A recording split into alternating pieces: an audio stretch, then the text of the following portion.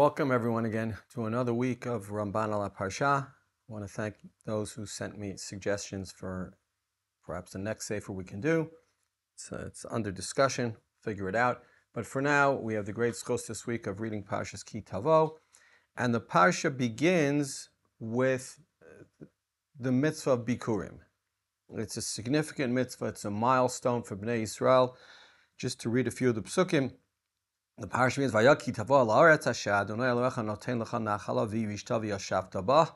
What do you do immediately? V'lakachta me'reishit kol priha adama asher tavi me'artzecha asher Adonai Elohecha noten lach v'samta v'atena v'halachta al hamakom asher yivchar Adonai Elohecha l'shaken shmo sham. So you take your first fruits as a sign of gratitude to HaKadosh Baruch Hu and you bring it to the Beit HaMikdash. Uvata lakoin asheyeh bayamim ahem va'amarta elav higaditi hayom la'Adonai Elohecha kivati el haaretz asher nishba Adonai la'avotenu latet lanu. So we normally would have just sort of passed that pasuk quickly, but the Ramban is bothered by higaditi hayom. That's lashon avar. It's as if I said it already, but I didn't say it. Right? I'm going to say very famous psukim about Arami Oved Aviv Vayed Mitzrayim. That's true, but that's to come. What if I said already? What makes sense? So says the Ramban, Higadati Hayom Bipri Hazeh Sheheveti, by the fact that I brought fruits to the Beit HaMikdash, Higadati Vahodeti Lashem Elokecha Sheheviani la'aretz asher nishba la'avotenu latet lanu. It's not just higadati means I said. Sometimes higadati can be a synonym for I did. By bringing first fruits to the Beit HaMikdash, by bringing the fruit itself, I've announced to HaKadosh Baruch Hu that He has fulfilled His promise to me to give us the land that He promised us. V'hinei Hashem mekayem divarav. HaKadosh Baruch Hu, by way of my bringing Bikurim, HaKadosh Baruch Hu, I'm acknowledging to HaKadosh Baruch Hu that He has fulfilled His word. Va'ani modeh u'mishabeach lishmo. And I praise His name. How do I praise His name? By bringing the fruit. Okay, v'tam higadati, says the Ramban, the word higadati, kimo siparti. Like I explained. Like I expounded on. V'chein vayugad Moshe divrei vayaged Moshe divrei ha'am el Hashem. God knew what the people said, but Moshe Rabbeinu, out of respect to God, came back to him and reported what the people said. Sipur. Okay, so it's a story, it's an explanation. Oyeh perusho higadati lecha hakohen u'lechal ha'omdim ha'eleh v'hahagada hazo hi l'Hashem Elokecha. Yet you might think that I explained all these things to the people standing with me, to the Kohanim, to the Bnei Yisrael who were standing around. But no, I explained it, I said it to God Himself. Klomar lishmo. Kivati el haaretz asher nishba la'avotenu, ki hu heviani elav la'avdo ba'aretz. This is exactly the purpose. This is the fulfillment of bringing us to Eretz Yisrael. The idea is, HaKadosh Baruch Hu promised us this land, right? When do we actually inherit the land? So says the Ramban, we inherit the land not when we move in. We inherit the land after Sheva Shekavshu v'Sheva Shechilku. We all get a portion. And then what? Then when our first crop comes due, and the mitzvah of Bikurim starts immediately. It starts before there was a Beis HaMikdash. That took 400 and something years. No, we start immediately. Okay. Whether you bring it to Shiloh or Nov or Givon or whatever, but the place that you bring it is an explanation, says the Torah, says the Ramban. It's like payday.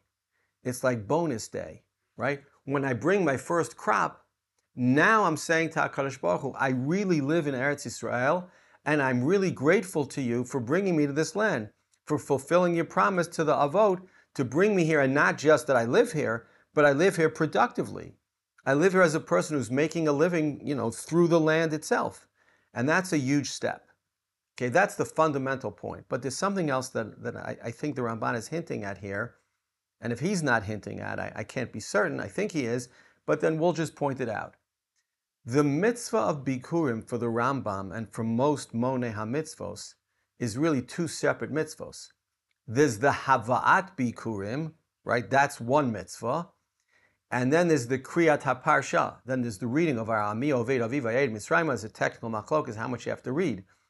But they're two separate mitzvos. Now, why are they two separate mitzvos? So the answer is sometimes there's the act itself, that's a mitzvah. Sometimes there's the explanation or the story, right? We eat matzah. We know why we eat matzah. We eat maror. We know why we eat maror. Nevertheless, there's a mitzvah at Leil HaSeder of Sipur Yitzias Mitzrayim. In many ways, that's what's happening with Bikurim. Maybe a better example for us. There's the mitzvah of vidui, right? Nowadays in Chodesh Elul, there's apologizing, there's saying you're sorry, but there's actually being sorry, and there's doing it, right? So the Ramban here, I think, is hinting at a much deeper point. Higadati hayom, says the Ramban, there are two ways to explain something. There are two ways to be magid something. One is by saying it, by explaining it, and one is by doing it. And here the Ramban says, Higadati hayom literally is translated to mean, I've brought, I've done. So why is the word Haggadah used? Because they're interchangeable in our religion. Lahavdil elef alfei avdalos. In Christianity, there's the love of God, there's the Spirit. Okay, but there are no mitzvos. There are no things that you have to do. In Judaism, it's exactly the opposite. It's when people say Judaism doesn't believe in love and doesn't believe, that's wrong. But the idea is on top of that, there are actions. And the actions often take the place of words. And the actions can take the place of words. Sometimes there's both, right? Sometimes there's only one. Sometimes there's Kriya Shema. It's just saying. It's just thinking. It's just feeling. And sometimes there's Daled Minim, which is just doing. But says the Ramban, they're interchangeable. And our religion needs both. And one without the other, there would be something lacking. And so the Torah tells us, Higadati hayom, no, I didn't say anything yet. But there's a mitzvah of Hava'at Bikurim, and there's a mitzvah of Kriyat HaParsha of Bikurim. And they're two separate mitzvahs. Are they dependent on each other? Can it be yotze one without the other? That's not for us to discuss now. But I think the Ramban is hinting at Higadati hayom, that literally sometimes the Haggadah is by way of action, and sometimes the Haggadah is by way of speech. And both are significant, and both are important, and both are emphasized, and certainly the mitzvah of Bikurim is a classic example of that kind of a mitzvah. Okay, next Ramban. Perek Chavav, Pasuk Tezayin. Says the Torah, I have to find it. Okay, it's the beginning of a new parsha, right? It's right after the last pasuk of Bikurim / bringing things to the Hashkifa mimon kachcha min hashamayim uvorechet amcha et Yisrael ve'et ha'adama asher nasata lanu ka'asher nishbata la'avotenu eretz zavat chalav udvash. And then you have a strange pasuk. Hayom hazeh Adonai Elohecha mitzavecha la'asot et hachukim ha'ela ve'et hamishpatim v'shamarta v'asita otam b'chol levavecha u'v'chol nafshecha. What's Hayom hazeh? The Torah was given 40 years before at Har Sinai. Hayom hazeh, now I have the mitzvah. What's really going on here? So says the Ramban, a fascinating idea. Hayom hazeh, hine hishlim Moshe leva'er et haTorah ulechadesh kol hamitzvot asher tziva oto Hashem lechadesh lahem.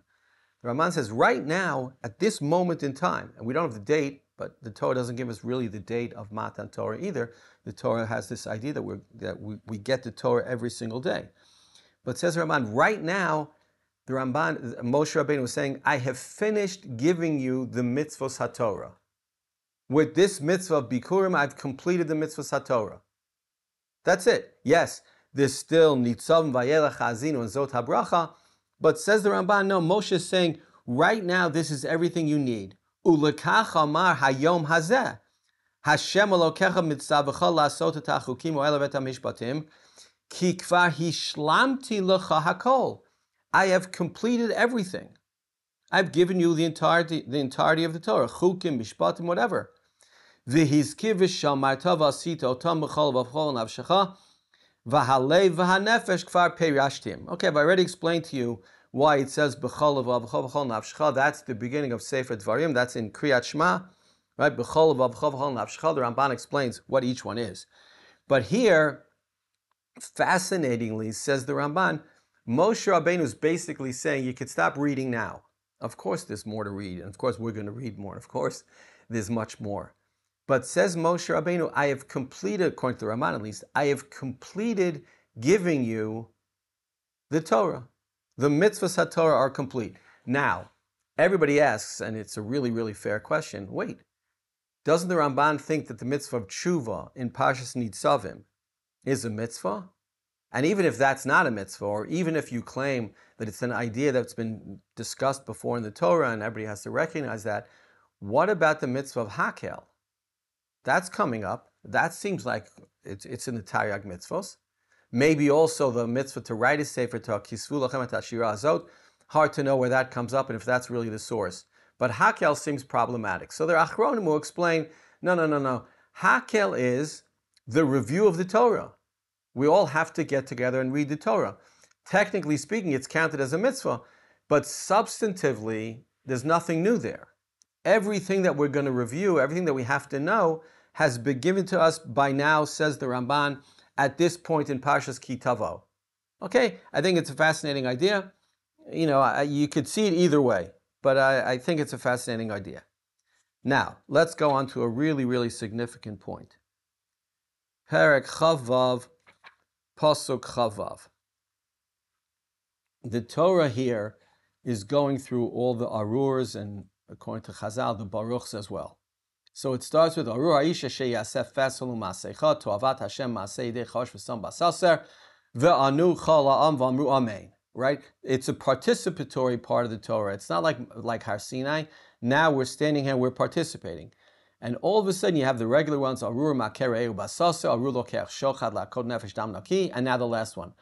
Arur Asher Lo Yakim Et Divrei HaTorah Azot La'asot Otam V'Amar Kol Ha'am Amen. So what in the world's going on? Arur Asher Lo Yakim Et Divrei HaTorah Azot. So Rashi says, Kan Kalal Et Kol HaTorah Kula V'Kiblua Aleihem Ba'ala Ubishvua. That's Rashi, right? Here, it's like after God gives us everything, we're asked to accept the Torah, and we say that, in a negative way, Aru Asher lo yakim et divrei Torah azot lasot otam, va'amar kol ha'am amen. Okay? That's Rashi. But the Ramban has really an amazing, amazing insight. Says the Ramban, Ulefi da'ati ki hakabbalah hazot sheyodeh b'mitzvot b'libo. Right? This acknowledgement that we do, that we accept all the mitzvos, v'yihiyu be'einav emet, and they're all true, v'ya'amin sheha'oseh otan yihiyelo sachar tova. Right? On top of that, we believe that if we do the mitzvos, we accept the fact that we'll be rewarded, and God forbid, v'ha'over aleihem ye'anesh, and if we don't, we'll be punished. V'im yachpor ba'achat mehem, o tihiyeh be'einav b'teila le'olam, hinehu arur. Says the Ramban, but there's something else. There's a difference between, and maybe this really goes to the bigger point of what does it mean to fail religiously. And this is a significant point. Says the Ramban, there is the idea of rejecting the Torah. If you reject the Torah, that's really dangerous. But there's something else which we all know from experience, and that's failing. Failing is different than rejecting. Rejecting is saying, I'm not bound by it. Failing is saying, yes, I know that God wants me to keep Shabbos. It's really, really hard for me. And the Ramban's going to explain. Aval, im avar alachat mehen, let's say you violated one of the mitzvahs of Torah. Kigon she'achal ha'chazir v'hasheketz l'ta'avato. You're walking past McDonald's, the smell of cheeseburgers just overwhelms you, and you can't restrain yourself, so you go and you have one.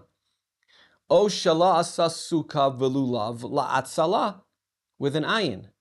Einenu b'cherem hazeh. Says Ramban, that's not what the Torah is talking about. Let's say you're exhausted. Yom Kippur was really tiring. You had no time. There was like this year, there'll be a Shabbos between Yom Kippur and Sukkot. You never got around to putting up a sukkah. Okay, it's not great. You are lazy. The Ramban describes you as lazy. But you're not rejecting the mitzvah of sukkah, God forbid. You just didn't have the strength to do it. You're failing. That's different than rejecting. Ki lo amar katuv asher lo ya'aseh et divrei haTorah azot. The Torah doesn't say that you didn't do the mitzvah. It ela amar asher lo yakim et divrei haTorah azot la'asot. Kitam kimu v'kiblu haYehudim. Right, in the Megillah, we accepted the Torah. We kimu v'kiblu. We acknowledge what happened at Har Sinai. We're bound by the Torah. V'hinehu, says the Ramban, an important line, cherem hamordim v'hakofrim. It's completely different, says the Ramban. If a person rejects the Torah, if a person rebels against the Torah, he is included in this arur asher lo yakim et divrei haTorah azot. But if a person fails, as we all do from time to time, says the Ramban, that's not this arur, and we shouldn't think of ourselves as part of the arur. Yes, it's nothing to be proud of. I gave in to my yetzer hara, I sinned. But that's not the same as the arur. The arur is speaking about if you reject the Torah, right? In a way, it's like the difference between being mazid and being shogeg. If I intentionally violate a mitzvah Torah, that's terrible. But if I accidentally violate a mitzvah Torah, okay, I could have been more careful. I still need to do tshuva, right? If I get up at 2 a.m. on a Friday night and on my way out of the bathroom, I shut off the light, that requires tshuva, it's true. But it's not a failure. It is a failure. It's not a rejection, right? It's not like I'm saying I'm not bound by the mitzvahs of Shabbos. Of course I'm bound by the mitzvah of Shabbos. I feel terrible that I didn't remember that at 2 a.m. on a Friday night. But that's different than rejecting the Torah. And that gets me to the next point, which the Ramban doesn't say here, but he says in the Sefer HaMitzvos, and I think they're one idea. There the discussion is, the Rambam says, it's a bit of a tangent, but it's a significant point.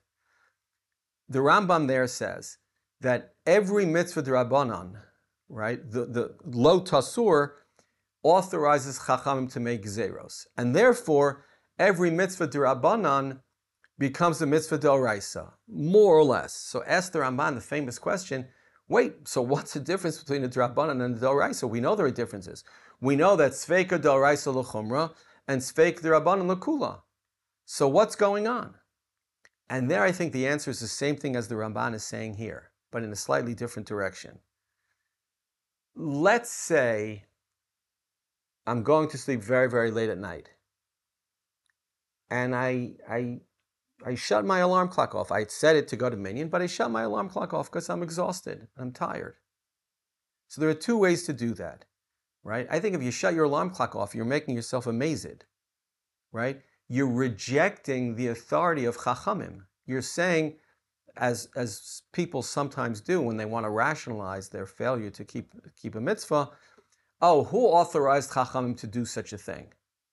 So that's a rejection. And that might be the Issur d'oraisa of lo tasur.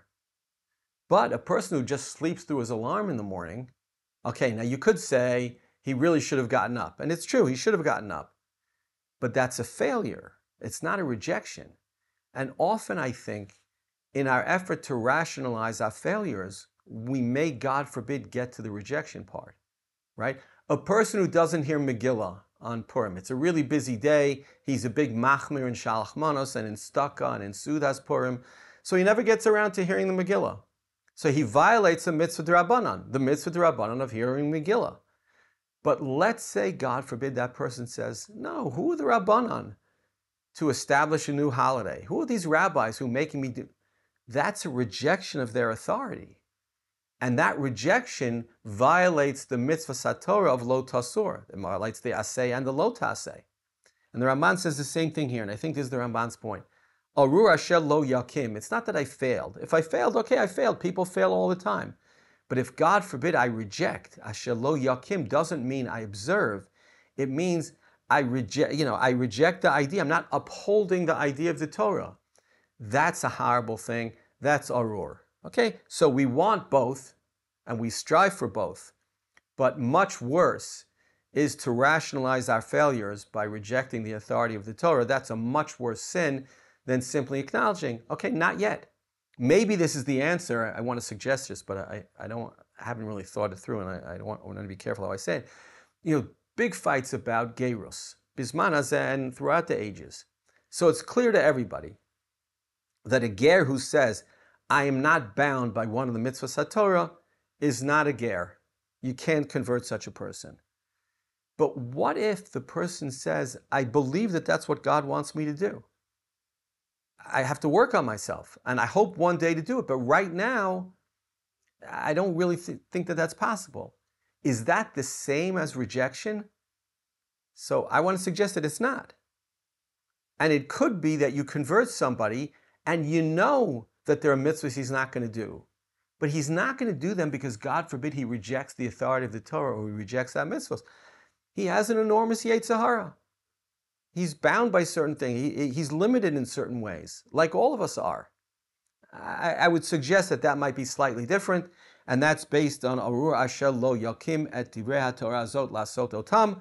The pshat of the Ramban here is that there's a difference between rejection and failure. Okay, let's do one more. We have time for one more Ramban. It's at the end of the parsha, the very, very end of the parsha, the very last Ramban. Perek Chav Tes. Says the Torah after the exceptionally long Tochacha. Vayikra Moshe al kol Yisrael vayomer alehem atem ri'item et kol asher asa Hashem leinechem be'eretz Yisrael lefaro l'chol avodah v'chol artso.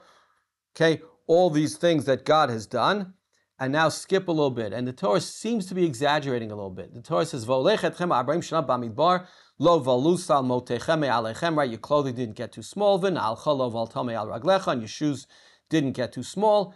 Lechem lo achaltem v'yayin v'shechar lo shetitem leman teideu ki ani Adonai Elohechem. Lechem lo achaltem. You didn't eat any bread. V'yayin v'shechar lo shetitem. And you didn't drink any wine. Is that really true? So says the Ramban, Hatam lo achaltem mimenu shetuchlu lachyot mimenu. He says, no, it doesn't mean it literally. It's not like Moshe Rabbeinu went to Har Sinai. He fasted. Lechem lo achalti, umayim lo shatiti. He didn't eat or drink for 40 days and 40 nights. No, says the Ramban, you didn't eat bread and wine for sustenance. What did you live on in the midbar? Ki ikar michyatam b'man haita. No, you lived on the man. Leman tedu ki ani Hashem Elokechem ha-mechayetchem b'maaseh hanes. At the end of the day, literally, for 40 years, you lived based on a miracle, right? If the man fell in the morning, that was great, and you lived. And if it didn't, God forbid, that would be terrible.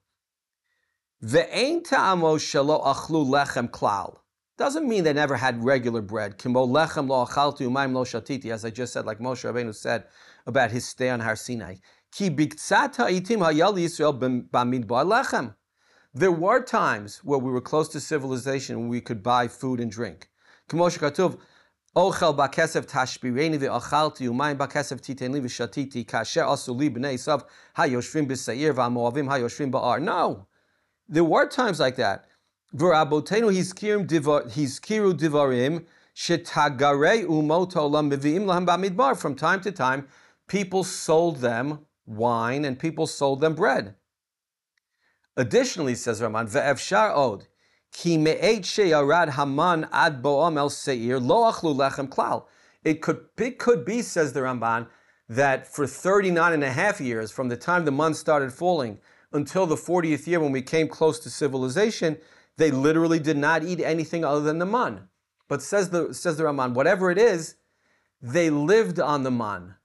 Right? You go someplace and there's like fancy tarts or something you have for dessert. But that's not what's sustaining you. That's not what you're eating is the real food. That's dessert. That's something fancy. You might remember it fondly, right? You may have gone to a wedding and you ate regular food. You washed and you had soup. They don't serve soup at weddings. You washed and you had salad and then you had a main course. On the way out, these delicious chocolate chip cookies that they gave you, because you didn't eat enough at the wedding, so they gave you for the way home. So you may remember the cookies better than the rest of the meal. But l'maisa, it's the meal that sustained you. And says the Ramban, that's what the Torah is saying. B'nai Yisrael, at the end of the 40 years, are acknowledging to HaKadosh Baruch Hu, you sustained us. It doesn't mean we never had another piece of food, but l'maisa, we lived on the man, and that's why we're thanking you, and that's what's so significant. HaKadosh Baruch Hu, we recognize the fact that without the miracle every single day of eating the man, right, and the man is really a metaphor. It's every day of our lives God is sustaining us, directly or indirectly, in an obvious way or not an obvious way. The man represents that HaKadosh Baruch Hu is caring for us every day. And the nisayon of the man, right, which the Torah says the man was a nisayon, what does it mean? Every night when I went to sleep in the midbar, my cupboard was bare. The fridge was empty. If the man didn't fall in the morning, we had no way to sustain our families. And that's what we're saying to HaKadosh Baruch Hu at the end of the 40 years. We're not saying there was no moment in time where we got other food. But l'maisa, without the man, we wouldn't have survived. Without the miracle that happened every single day, we wouldn't have survived. And that's the main point here. And in a way, that's the main point of everything that we've seen today. We're acknowledging HaKadosh Baruch Hu by way of the Bikurim, by way of Hayom Hazeh Hashem Elokecha Mitzavcha Hayom. This is the last mitzvah in the Torah. We're saying thanks to HaKadosh Baruch Hu. Orur Asher Lo Yakim. Right? God forbid we're not sustaining the Torah. Maybe we fail from time to time, but we're sustaining the Torah. That's exactly the point. We've reached a point where we're looking back and we're overwhelmed by our gratefulness to HaKadosh Baruch Hu. We're overwhelmed for the great things that HaKadosh Baruch Hu has done for us. And we thank Him deeply and sincerely from the bottom of our hearts. Okay, that's it for this week. Yashkach to everybody. Shabbat Shalom. And God willing, we'll reconvene next week. Bye-bye.